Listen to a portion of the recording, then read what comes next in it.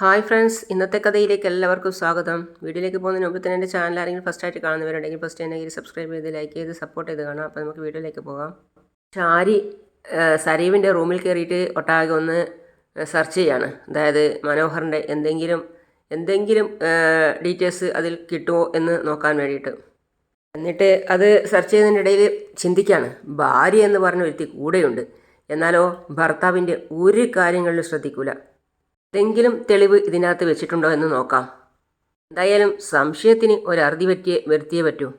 ആരി പിന്നെ ഓരോരോ അലമാരകളും ഒക്കെ തുറന്നു നോക്കുകയാണ്. ഷാരി ആ റൂമിനകത്തുള്ള ബാഗും ഫയലും ഒക്കെ എടുത്ത് നോക്കുകയാണ്. കാണിക്കുന്നത് ലക്ഷ്മി അമ്മയാണ്. ലക്ഷ്മി അമ്മയും കിരണും സംസാരിക്കുകയാണ്. കിരൺ പറയാണ്, ഇടയ്ക്കിടയ്ക്ക് കാർത്തിക അവ്യക്തമായിട്ട് എന്തൊക്കെയോ പറയുന്നുണ്ടല്ലോ. അമ്മയും കാർത്തികയും എന്തിനെയോ ഭയക്കുന്നുണ്ടല്ലോ. അതൊക്കെ പറയാം മോനെ, ആദ്യം ഇപ്പോൾ ഈ നടക്കുന്ന നാടകമൊന്ന് തീർന്നോട്ടെ. കല്യാണി പറയാണ്, എന്ത് ബുദ്ധിമുട്ടാണെങ്കിലും പറയണം, ജീവൻ കളഞ്ഞിട്ടാണെങ്കിലും ഞങ്ങൾ കൂടെ തന്നെ ഉണ്ടാവും. എൻ്റെ മോളെ, ഞങ്ങൾ ഈ നാട്ടിലേക്ക് വരുന്നതിന് മുമ്പേ തന്നെ എല്ലാവരെയും പഠിച്ചിട്ടാണ് വന്നത്. മോളുടെ ജീവിതം മുഴുവൻ ഞങ്ങൾക്ക് കാണാപ്പാടാം. അതുപോലെ തന്നെ കിരൺ മോനെയും മോൻ്റെ അച്ഛനെയും അമ്മയെയും ഒക്കെ നന്നായിട്ട് മനസ്സിലാക്കിയിട്ട് തന്നെയാണ് ഞങ്ങൾ ഇങ്ങോട്ട് വന്നത്. ബന്ധുക്കൾ അധികമൊന്നും വേണ്ട, എന്നാൽ ഉള്ള ബന്ധുക്കൾ ആത്മാർത്ഥമായിട്ടാണെങ്കിൽ, നമ്മളെ ശരിക്കും മനസ്സിലാക്കുന്നവരാണെങ്കിൽ അത്രത്തോളം നമുക്ക് ആശ്വാസമാവും. അപ്പോഴേക്കും ലക്ഷ്മി അമ്മയുടെ ഫോണിൽ ഒരു കോൾ വന്നു. വിളിക്കുന്നുണ്ട്. അപ്പോൾ കല്യാണി ചോദിക്കുക, ആരാ? മോളെ തള്ളിക്കളഞ്ഞ മോളുടെ അച്ഛൻ. പിന്നെ ലക്ഷ്മി സൗമ്യമായിട്ട് പറയാണ്, പ്രകാശേട്ടാ, കാര്യങ്ങളൊക്കെ അറിഞ്ഞു കാണുമല്ലോ അല്ലേ? എല്ലാം മോള് വിശദമായിട്ട് പറഞ്ഞിരുന്നു. രണ്ടാം ഭാര്യയും അവരുടെ മോളും ചേർന്ന് ആദ്യ ഭാര്യയെ കൊണ്ടുവന്നു അല്ലേ? അയ്യോ, അതെൻ്റെ ഭാര്യയൊന്നുമല്ല. വളരെ വർഷങ്ങൾക്ക് മുമ്പ് ഞാൻ ചെറുപ്പമായിരുന്ന സമയത്ത് ഇങ്ങോട്ട് കണ്ടിട്ട് എന്നോട് കമ്പനിയൊക്കെ അടിച്ചു. അത് പിന്നെ എങ്ങനെ പറയണമെന്ന് എനിക്കറിയില്ല. ആള് ഒരു പ്രേമരോഗിയാണ്. ആര്? ആദ്യത്തെ ഭാര്യയോ? അത് ഭാര്യയൊന്നുമല്ല. അത് ഞാൻ പറഞ്ഞ കോടതി കേസ് കൊടുത്ത ആ സ്ത്രീയില്ലേ, അവരൊരു പ്രേമരോഗിയാണ്. പിന്നെ ഒരുപാട് ചുറ്റിക്കളികളൊക്കെ ഉണ്ടായിരുന്നു അതിന് പിന്നിൽ. ഞാനങ്ങോട്ട് പെട്ടുപോയെന്നേ ഉള്ളൂ. എങ്കിലും അവളുടെ വലയിൽ പ്രകാശട്ടം വീണല്ലോ.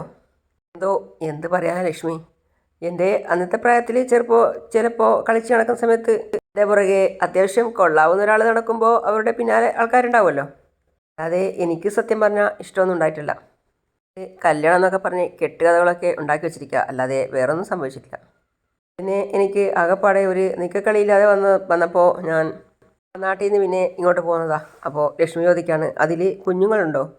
ഇല്ല, ചിലപ്പോൾ ഉണ്ടെന്നൊക്കെ അവൾ പറയായിരിക്കും, പക്ഷേ എനിക്കറിയില്ല. അങ്ങനെ ഒരു കുഞ്ഞില്ല. അടുത്ത കേസ് കോടതി കൂടുമ്പോൾ കൈലാസ് വക്കീൽ കേസ് നേർക്ക് പഠിച്ചിട്ടേ വരുള്ളൂ. കോടതിയിൽ സ്ത്രീകളുടെ മൊഴികൾക്ക് കുറച്ച് മുൻതൂക്കം കൊടുത്തലാണ്. അതുകൊണ്ട് വക്കീലിൻ്റെ പണി ഇരട്ടിയാ. അത് പിന്നെ എൻ്റെ കാര്യത്തിൽ ലക്ഷ്മിക്കും കാർത്തിക മോൾക്കും വലിയ സംശയമൊന്നും ഇല്ലാത്തത് ഒരു നല്ല കാര്യമാണ്. നിങ്ങൾക്ക് സംശയങ്ങളൊന്നുമില്ലല്ലോ അല്ലേ? ഇതൊക്കെ വെറും കള്ളക്കേസാ. എൻ്റെ മോള് പറഞ്ഞ് ഞാൻ പ്രകാശേട്ടനെ ഒരുപാട് ഇഷ്ടപ്പെട്ടു. കിരണും കല്യാണിയും ചിരിച്ച് അവർക്ക് ഒന്നും തിരിയുന്നില്ല. അപ്പോൾ പ്രകാശേട്ടൻ എൻ്റെയും മോളുടെയും ജീവിതത്തിൻ്റെ ഒരു ഭാഗമാണ്. ഇനി അത് അടർത്തി മാറ്റാൻ ഞങ്ങൾ ഇനി ആരെയും അനുവദിക്കില്ല. ഇത്രയും മതി. ഞാൻ തൃപ്തയാണ്. ഞാൻ എങ്ങനെയാണെന്നുള്ള കാര്യം എനിക്കും എൻ്റെ അമ്മയ്ക്കും എൻ്റെ മോനും മാത്രമേ അറിയൂ. ആരെയെങ്കിലും സ്നേഹിച്ചാൽ പിന്നെ ചങ്ക് പറിച്ചു കൊടുക്കുന്നവൻ അവൻ. എന്നെ പിന്നെ മനസ്സിലാക്കാതെ എന്നെ ഉപേക്ഷിച്ചിട്ട് പോയി ആ ദീപയും അവരുടെ 2 മക്കളും. അപ്പോൾ എന്നെ ശരിക്കും മനസ്സിലാക്കിയത് കാർത്തിക മോളും അവളുടെ അമ്മയും എന്നെ ശരിക്കും മനസ്സിലാക്കാനൊന്നുമില്ല. എത്രയും പെട്ടെന്ന് തന്നെ കേസും വഴക്കും ഒക്കെ ഒഴിവാക്കിയിട്ട് എന്നെ വേഗം കൂട്ടിക്കൊണ്ടുപോകാൻ നോക്ക്. പ്രകാശൻ കാർത്തികയുടെ അടുത്ത് നിന്ന് തന്നെയാണ് ഇതൊക്കെ സംസാരിക്കുന്നത്. കാർത്തികയ്ക്ക് ഒരു വല്ലാത്തൊരു ദേഷ്യവും വിമ്മിട്ടം വരികയാണ്. അവൻ എന്താ പറഞ്ഞതെന്ന് മനസ്സിലായോ? എന്താ അമ്മേ പറഞ്ഞത്? എൻ്റെ ആദ്യ ഭാര്യ ഒരു പ്രേമരോഗിയായിരുന്നു എന്ന്. 5 പേരെ പ്രേമിച്ചിട്ട് അവനെ കെട്ടിയ. കല്യാണശേഷവും ഒരുപാട് ആണുങ്ങളുടെ പിന്നാലെ നടന്നിട്ടുണ്ടെന്നാണ് അവൻ പറയുന്നത്. കല്യാണി പറയാണ്, എൻ്റെ അമ്മയെപ്പറ്റിയും ഇത് തന്നെയാണ് പറഞ്ഞത്. ഏട്ടൻ്റെ അച്ഛനും എൻ്റെ അമ്മയും തമ്മിൽ അടുപ്പമുണ്ടെന്ന്. അറിയില്ല, എല്ലാ ആരോപണങ്ങളും അവസാനിക്കാൻ പോവല്ലേ അമ്മേ? പിന്നെ കിരൺ പറയാണ്, എൻ്റെയും ഇവളുടെയും ജീവിതത്തിൽ ദുശകുനമായിട്ട് 2 ആളുകളുണ്ട്. എൻ്റെ അമ്മയുടെ ജീവിതവും ഒരു സമയത്ത് കശക്കി എറിഞ്ഞത് അമ്മയുടെ ആങ്ങള തന്നെയാണ്. ഇവളുടെ കാര്യത്തിൽ ഇവളുടെ അച്ഛനും. ഒരു കാലത്ത് ഞാൻ എൻ്റെ അച്ഛൻ്റെ സ്നേഹത്തിന് വേണ്ടി ഒരുപാട് കൊതിച്ചിട്ടുണ്ടമ്മേ. എന്നെ കാണുമ്പോൾ മുഖം തിരിച്ചു പോവുകയും ഞാൻ മരിച്ചെന്ന് സങ്കല്പിക്കുകയും ആ സമയത്തൊക്കെ ഞാൻ പ്രാർത്ഥിച്ചിട്ടുണ്ട്, ഏതെങ്കിലും ഒരു സമയത്ത് എന്നെ അച്ഛൻ സ്വീകരിക്കുമെന്ന്. എൻ്റെ മനസ്സ് മാറി എന്നെ മോളെ എന്നൊന്ന് വിളിക്കണമെന്ന്. കൊല്ലുമ്പോഴും മകളില്ലെന്ന് ആവർത്തിച്ചുകൊണ്ടിരിക്കുമ്പോഴും ഇവൾക്ക് ഇവളുടെ അച്ഛന് സ്നേഹമായിരുന്നു. അവസാനം അയാളുടെ പ്രവൃത്തിയിൽ മനംനൊന്ത ദൈവങ്ങൾ എല്ലാ തരത്തിലും ശിക്ഷിച്ചത് അയാളെയല്ല, അയാളുടെ മോനെയാണ്. ആക്സിഡൻറ്റിൽ അവൻ്റെ ശബ്ദം പോയിരുന്നു. ഞാനും ഇവളും സഞ്ചരിക്കുന്ന വണ്ടിയുടെ ബ്രേക്ക് കളഞ്ഞ് ഞങ്ങളെയൊക്കെ കൊല്ലാൻ നോക്കിയതാ. പക്ഷേ അതെടുത്തുകൊണ്ട് പോയത് അയാളുടെ മോനായിപ്പോയി. അങ്ങനെയാണ് ആ ആക്സിഡൻറ്റ് ഉണ്ടായതും അവന് ശബ്ദം നഷ്ടപ്പെട്ടതും. നമ്മളെ പലതും നമ്മൾ മറക്കണം എന്നാണ് പറയാറ്. പക്ഷേ ഞാനും മോളും കാർത്തികയും പ്രകാശൻ ചെയ്ത പ്രവൃത്തികൾ മറക്കാൻ പാടില്ല. അവന് ശിക്ഷ കിട്ടണമെന്ന് നമ്മുടെ മനസ്സ് നമ്മളോട് പറയണമെങ്കിൽ നടന്നതൊക്കെ ഇന്നലെ എന്നോണം നമ്മുടെ ഉള്ളിലുണ്ടാവണം. എല്ലാം മറക്കുന്ന കൂട്ടത്തിലായിരുന്നു ഞാൻ. പക്ഷേ ഇപ്പോൾ അങ്ങനെയല്ല. അയാൾ മനസ്സ് നൊന്ത് കരയണമെന്ന് ഇപ്പോൾ എൻ്റെ അമ്മയെപ്പോലെ തന്നെ ഞാനും ആഗ്രഹിക്കുന്നുണ്ട്. പിന്നെ കാണിക്കുന്നത് പ്രകാശനെയും കാർത്തികയാണ്. അപ്പോൾ പ്രകാശനോട് കാർത്തിക പറയാണ്, അമ്മ പറഞ്ഞത് ശരിയാ, അച്ഛൻ്റെ തണൽ ഇപ്പോൾ അമ്മ ഒരുപാട് ആഗ്രഹിക്കുന്നുണ്ട്. സത്യം പറയാലോ, ചില സമയത്ത് എനിക്ക് അമ്മയോട് അസൂയയും ദേഷ്യവും ഒക്കെ തോന്നാറുണ്ട്. അയ്യോ എന്താ മോളെ അങ്ങനെ? അച്ഛൻ്റെ കാര്യം പറഞ്ഞ് നിങ്ങളെ തമ്മിൽ ഒന്നിക്കാൻ നടന്നതും ഒക്കെ ഞാനാ. പക്ഷേ ഇപ്പോൾ എൻ്റെ കാര്യങ്ങൾ മറന്നാലും അമ്മ ഇപ്പോൾ അച്ഛൻ്റെ കാര്യങ്ങൾ അന്വേഷിക്കുന്നുണ്ട്. അയ്യോ മോളെ, അങ്ങനെയൊന്നും ചിന്തിക്കരുത്. മോള് കഴിഞ്ഞിട്ടേ ഉള്ളൂ മോളുടെ അമ്മയ്ക്ക് ഞാൻ. മോൾക്കറിയില്ലേ, മോളുള്ള സ്നേഹം അമ്മയ്ക്ക് കൂടുതലാണ്. അത് മോൾക്ക് പിന്നെ അറിയും, അല്ലാതെ വേറൊന്നുമല്ല.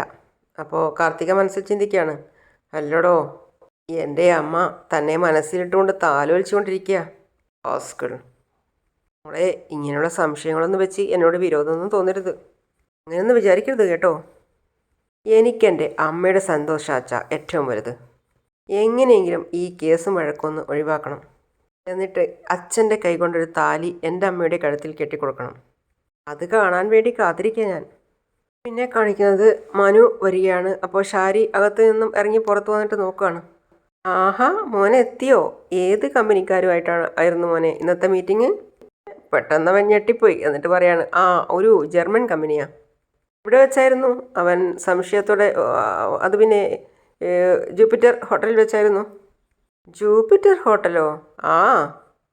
ഫോണിൽ നിന്ന് മാറിയൊരു 5 സ്റ്റാർ ഹോട്ടലാ. ഓ, ഞാൻ അവിടെ പോയിട്ടില്ല. സാരമില്ല, നമുക്കെല്ലാവർക്കും ഒരു ദിവസം അങ്ങോട്ട് ചെല്ലാം. അല്ലെങ്കിൽ കുഞ്ഞിൻ്റെ ഫംഗ്ഷനൊക്കെ വരികയല്ലേ, നമുക്ക് കുഞ്ഞിൻ്റെ ഫംഗ്ഷൻ അവിടെ വെച്ച് നടത്താം. എന്തിനാ മോനെ അങ്ങനെ വെറുതെ കാശ് കളയുന്നത്? ഒരു ജീവിതമല്ലേ ഉള്ളൂ അമ്മേ.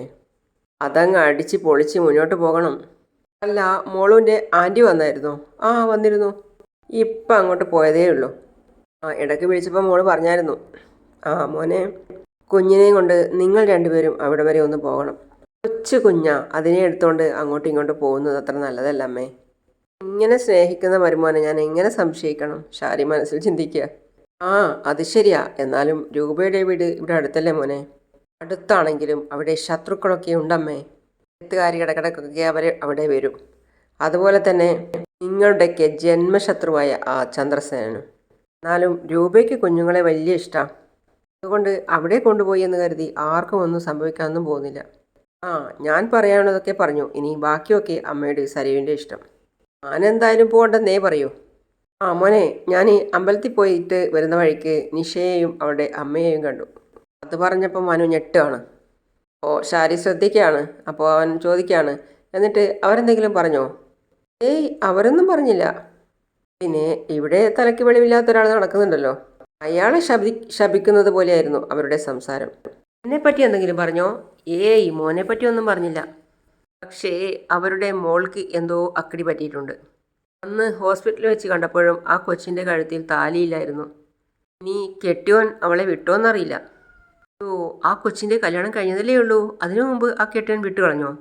ഇന്നത്തെ കാലമല്ലേ മോനെ, ഇപ്പോഴത്തെ പിള്ളേർക്കൊന്നും കുടുംബത്തോടൊന്നും വലിയ താല്പര്യമൊന്നുമില്ല.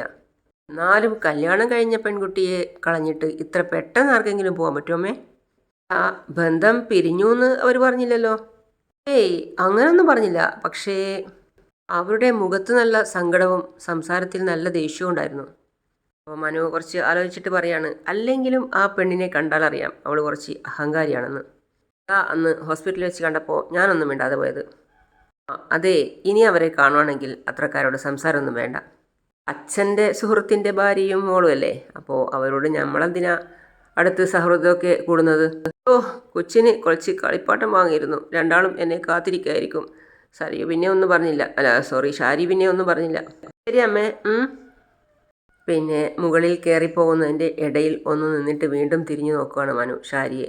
അപ്പോൾ ഷാരിയും അങ്ങോട്ട് നോക്കി നിൽക്കുകയാണ്. അപ്പോൾ ഷാരിയുടെ മനസ്സിൽ ഓടുന്നത്, അതായത് നിഷയുടെയും അമ്മയുടെയും പേര് പറഞ്ഞപ്പോൾ അവനെന്തിനാ ഞെട്ടിയത്? ഷാരി പിന്നെ ഫോണിൽ അടിച്ചെടുക്കുകയാണ് ജൂപ്പിറ്റർ ഹോട്ടലിൻ്റെ. അതിൻ്റെ നമ്പർ കിട്ടി എന്ന് പറഞ്ഞ് വിളിക്കാൻ നോക്കുകയാണ്. ഹലോ, ജൂപ്പിറ്റർ ഹോട്ടലല്ലേ? ആ അതെ. ഇവിടെ മനോഹർ എന്ന് പേരുള്ള ഒരാൾ റൂം എടുത്തിരുന്നോ?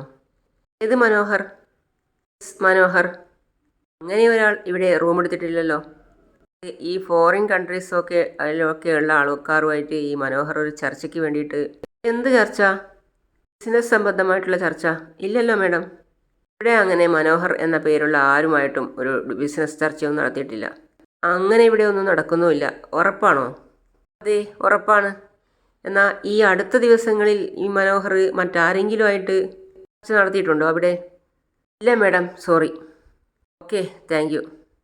പിന്നെ ഷാരി നേരെ സരീവിൻ്റെ അടുത്തേക്കാണ് പോയിട്ടുള്ളത്. സരീവ് ആണെങ്കിൽ കുഞ്ഞിനെ തൊട്ടിൽ കിടത്തിയിട്ട് കളിപ്പിക്കുകയാണ്. പിന്നെ സരീവിൻ്റെ അടുത്ത് പോയിട്ട് പറയാണ്, ഇതേ മോളെ, നൂല് കെട്ട് കഴിഞ്ഞാൽ നമുക്ക് ഇവിടെ നിന്ന് എത്രയും പെട്ടെന്ന് തന്നെ പോകണം. അതിനുവേണ്ടി നീ അവനോട് പ്രഷർ ചെലുത്തണം. ഇവിടെ ഇങ്ങനെ തൊട്ടിൽ വാട്ടിക്കൊണ്ട് നിന്നതിനെ കൊണ്ടൊന്നും ഒരു കാര്യമില്ല. ഞാനാണിപ്പം ഏത് നേരവും പറഞ്ഞുകൊണ്ടിരിക്കുന്നത്. നീ എന്താ ഇപ്പോൾ ഇതിനെപ്പറ്റി ഒന്നും പറയാത്തേ? പോകേണ്ട സമയമാകുമ്പോൾ മനുവേട്ടനറിയാം. അമ്മ വെറുതെ അതിനു വേണ്ടി തിടുക്കം കാണിക്കണ്ട. ആണ് മനു ബാത്റൂമിൽ നിന്ന് വരുന്നത്. അപ്പോൾ മനു ചോദിക്കുകയാണ്, എന്താ അമ്മയും മോളും കൂടി ഒരു ചർച്ച? അപ്പോൾ അതുപോലെ തന്നെ മനുവേട്ടാ, പഴയ പല്ലവി തന്നെ പറഞ്ഞുകൊണ്ടിരിക്കുക, നൂല് കെട്ട് കഴിഞ്ഞതിന് ശേഷം പോകാൻ വേണ്ടിയിട്ട്. നേരത്തെ സരീവിനായിരുന്നു പോകാൻ ധൃതി, ഇപ്പോൾ അമ്മയ്ക്കായോ? അച്ഛനെ ഇവിടെ ഇട്ടിട്ട് പോകുന്നത് ആശ്വാസമാണല്ലോ, അതുകൊണ്ടായിരിക്കും അമ്മ ധൃതി കാണിക്കുന്നത്.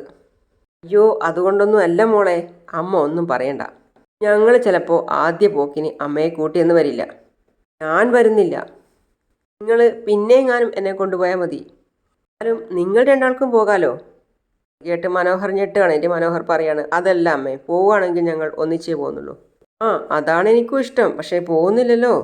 അപ്പോൾ സരി ചോദിക്കുകയാണ്, മനുവേട്ടൻ എന്നെ കല്യാണം കഴിച്ചില്ലായിരുന്നെങ്കിൽ അമ്മ എങ്ങനെ പോവുമായിരുന്നു? മോളെ, അമേരിക്കയിലും ജപ്പാനിലും ഒന്നും പോയില്ലെങ്കിലും ശരി, നിങ്ങൾ രണ്ടാളും സന്തോഷത്തോടെ ജീവിക്കണം എന്നാണ് എൻ്റെ ആഗ്രഹം. എൻ്റെ അമ്മേ, അങ്ങനെയാണല്ലോ ഇപ്പോൾ ജീവിക്കുന്നത്. എന്താ കുഴപ്പം? അപ്പോൾ പെട്ടെന്ന് മനോഹർ പറയാണ്, അമ്മയുടെ മനസ്സിൽ എന്തൊക്കെയോ കലങ്ങി മറിയുന്നുണ്ടല്ലോ. എങ്ങനെ കലങ്ങി മറിയാതിരിക്കും? അങ്ങനെ ഒരാളുടെ ഒപ്പമല്ലേ താമസം. തലയ്ക്ക് വെളിവില്ലാത്ത ഒരാളുടെ ഒപ്പം താമസിച്ചിട്ട് അമ്മയ്ക്കും തലയ്ക്ക് വെളിവില്ലാതായിക്കൊണ്ടിരിക്കുക. അതേ മോളെ, എൻ്റെയും സമനില തെറ്റുവാണോ എന്ന് എനിക്കൊരു സംശയമുണ്ട്. അങ്ങനെയാണെങ്കിൽ അച്ഛനും അമ്മയും ഒന്നിച്ചു പോയി ഒരു സൈക്കാട്രിസ്റ്റിനെ കാണണം. എന്നിട്ട് നിങ്ങളുടെ മാനസികാവസ്ഥ അദ്ദേഹവുമായിട്ടൊന്ന് കമ്മ്യൂണിക്കേറ്റ് ചെയ്യണം. അപ്പോൾ സരി പറയാണ്, വന്ന് ഈ വീടൊരു ഭ്രാന്താലയമായി കൊണ്ടിരിക്കുക. മനുവേട്ടന് കൂടി ഇല്ലായിരുന്നെങ്കിൽ എനിക്കും തലയ്ക്ക് വെളിവില്ലാതായനെ. എനിക്ക് അങ്ങനെ ഒരവസ്ഥ ഉണ്ടാവരുതേ എന്നാണ് മോളെ അമ്മയുടെ ആഗ്രഹം. അത് കേട്ട് സരിയു ഞെട്ടാണ്. അതും പറഞ്ഞ് ഷാരി അവിടെ നിന്നും പുറത്തേക്ക് ഇറങ്ങുകയും ചെയ്തു. അമ്മ മുറിയിൽ നിന്നും ഇറങ്ങിയപ്പോൾ സരിയു മനുവിനോട് ചോദിക്കുകയാണ്, അമ്മയ്ക്ക് ഇതെന്താ പറ്റിയത്? അതാ ഞാനും ആലോചിക്കുന്നത്. ഇനി ആ സ്ത്രീ പറയുന്നതൊക്കെ ശരിയായിരിക്കുമോ? ആര്? അത് പിന്നെ ആ താര എന്ന് പറയുന്ന സ്ത്രീ. മനുവേട്ടൻ എന്താ പറഞ്ഞു വരുന്നേ? അത് അവരുടെ മോളാണ് സരിയു എന്നൊക്കെ പറയുന്നുണ്ടല്ലോ. ഇനി അത് ശരിയായിരിക്കുമെന്നാ ഞാൻ ചോദിച്ചത് കേട്ടോ. ദേ, മനുവേട്ടനോട് ഭയപ്പെടുന്നത് എനിക്കിഷ്ടമല്ല. അവൾ കണ്ണിൽ കണ്ട ആണുങ്ങളുടെയൊക്കെ പിന്നാലെ നടക്കുന്ന വഴിതെറ്റിയ ഒരു സ്ത്രീയാണ്. ആ വകയിൽ അവൾക്ക് കുട്ടികളുണ്ടാവും എന്ന് വെച്ച് എന്നെ നൊന്ത് പ്രസവിച്ച എൻ്റെ അമ്മയെ മാറ്റി നിർത്തിയിട്ട് അവളെ മനുവേട്ടൻ എൻ്റെ അമ്മയാക്കുകയാണോ? അല്ല, മോളുവിൻ്റെ അമ്മയുടെ ഇപ്പോഴത്തെ സംസാരമൊക്കെ കേട്ടിട്ട് സംശയം ഞാൻ പറഞ്ഞതാ. എന്നാൽ അത് മാത്രം പറയണ്ട. അവൾക്കിപ്പോൾ ബന്ധമുള്ളത് ആ ചന്ദ്രസേനുമായിട്ടാ. അയാളിലാ അവൾക്ക് മക്കളുള്ളത്. അപ്പം മനോഹർ മനസ്സിൽ ചിന്തിക്കുകയാണ്, അമ്മായി അമ്മയുടെ മനസ്സിൽ എന്തൊക്കെയോ കരട് കയറിയിട്ടുണ്ടെന്നാണ് തോന്നുന്നത്. ചതിച്ചത് ആ ബകാസുരൻ ആയിരിക്കുമോ? അവിടെ നിൽക്ക്, ഇനി അയാളുടെ അടി മുതൽ മുടി വരെ നിന്ന് കത്തും. എന്താ മനുവേട്ടനെ ചിന്തിക്കുന്നേ? ഒന്നുമില്ല. ഞാൻ പെട്ടെന്ന് ചൂടായതിൽ വിഷമായോ? ഏയ്, അങ്ങനെയൊന്നുമില്ല. അത് കാരണം ഉണ്ടായിട്ടില്ലേ ചൂടായത്. ആ കൊള്ളരുതാത്ത സ്ത്രീയായിട്ട് എന്നെ ആര് എന്ത് പറഞ്ഞാലും എനിക്കത് സഹിക്കില്ല മനുവേട്ടാ. അതുകൊണ്ട് പറഞ്ഞു, ഏതാ ഒന്നും തോന്നല്ലേ. ഇനി മോളൊന്നും പറഞ്ഞില്ലല്ലോ, പിന്നെന്താ?